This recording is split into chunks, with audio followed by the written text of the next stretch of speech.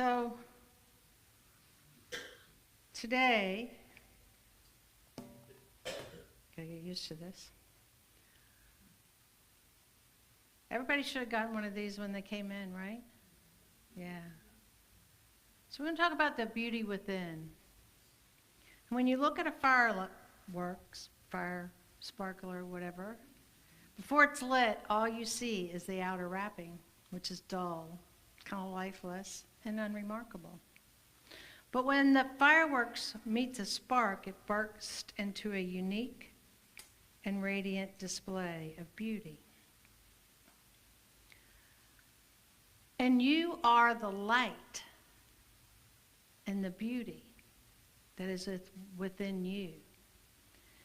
And so I'm going to want you to ask yourself, are you waiting or are you living your beauty? You get to choose. You're in control of your destiny. Life happens, yes, but it's your impulse shaped by your thoughts that determines how you respond. Last week I spoke about freedom, the kind that comes when we release old thoughts, limiting patterns, behaviors, worn out stories. That's when true freedom begins. But to experience this transformation, we have to go within. It's the only way we really get to experience it. And back to the book that I talked about last week, Lessons in Truth by Emily Cady.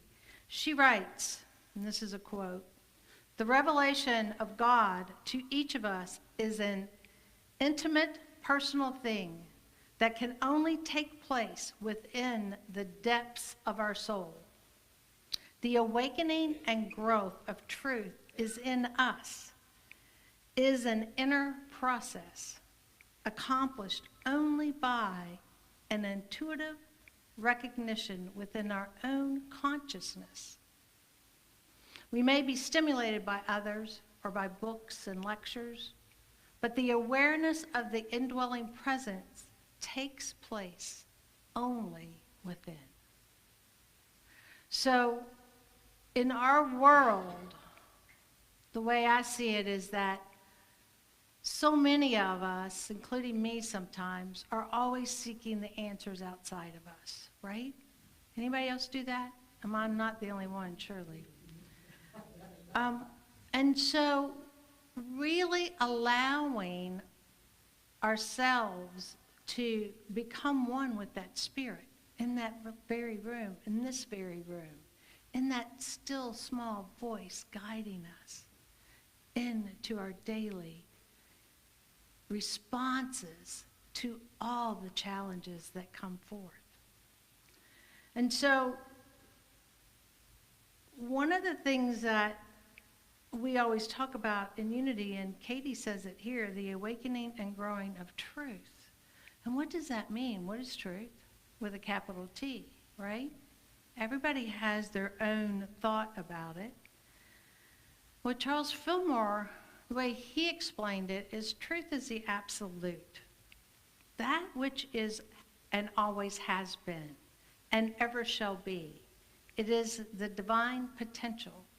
And it is the divine potential in each and every one of us. It is eternal.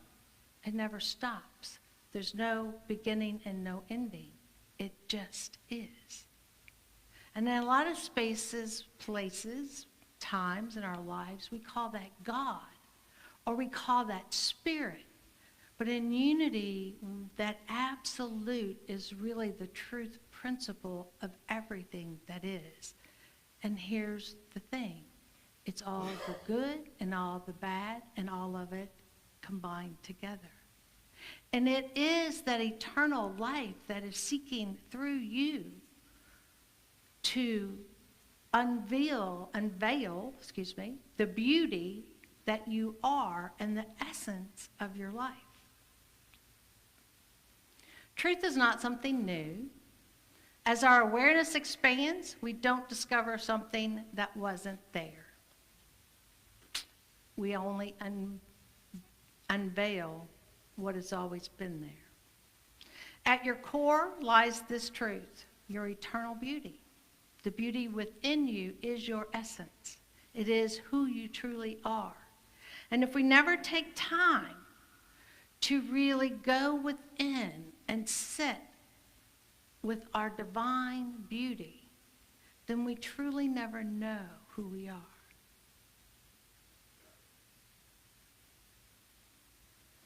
So today, y'all all got one of these. If you didn't, raise your hand and I shall bring you one. You know, these are something that, I don't know in your household, but my grandchildren just love these, right? They love to light them and play, and then sometimes they get a little burn and they go, ouch, and that's okay because it brings them pure joy and they can overcome that little hurt, right? Because that's what joy does. It overcomes the challenges that we are faced with. But if you look at it, take it just and hold it in your hand and look at it. It's kind of rough. It's kind of dark. If you put it up against this, you can barely see it except for the metal, right? It's thin. But when it's lit, beauty comes. It comes alive. Now, we're not going to light these inside. Just got it? The board wouldn't like that one. Fire marshal wouldn't like it. So if you want, after church, we'll all go out in the parking lot and light them, or you can take it home, and tonight when you're sitting there, you want to go outside and just light your sparkler and let it shine. That's good too. But we are going to watch a little live show.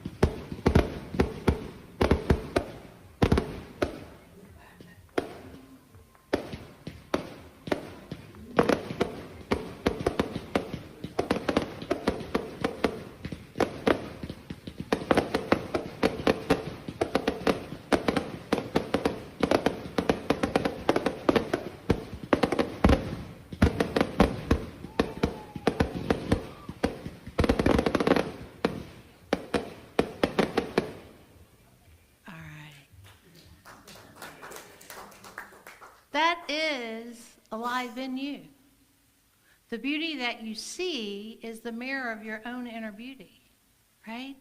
And when we're excited and in zeal and allowing that pulse of radiance to move through us, it's just like those fireworks.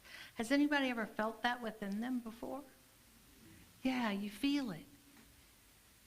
And that's just an example. So how do you light the beauty within? That's a question. And it's going to be a little different from all of us, for all of us, because we're all different, we're all unique. But I know that there's one thing that we all have to do, and that's we have to observe our self-talk. Anybody have that inner voice? That inner voice, that inner conversation that you have with yourself can either dim your light or ignite your brilliance. The choice is yours. So becoming the observer of your thoughts means that you are not your thoughts. Okay, you got it? You are not your thoughts. You are the awareness behind them. In meditation, as thoughts come and go, simply notice. Journaling can help. So if you get this reoccurring thought when you're trying to be quiet and still, take time just to journal on that thought. Ask yourself these 3 questions. Is this thought true? Where did it come from? And why do I believe it? Because, you know, sometimes thoughts are good, right? But how quickly do we believe the negative? talk and how often we question the positive talk. I don't know about you, but sometimes that happens depending on where my mind is. So when you find that a thought is false, negative, or limiting, counter it. Counter it by creating a positive affirmation, one that affirms the truth of your inner beauty. Place it somewhere where you'll see it. Use it every time that dark, rough thought rises again. Let your beauty shine in that awareness. The second thing that we can do is feel the truth in our mind and heart. So feeling. How many of you don't like to feel? It's really important that we feel our feelings. You know, working with children, so many of our feelings can be negative.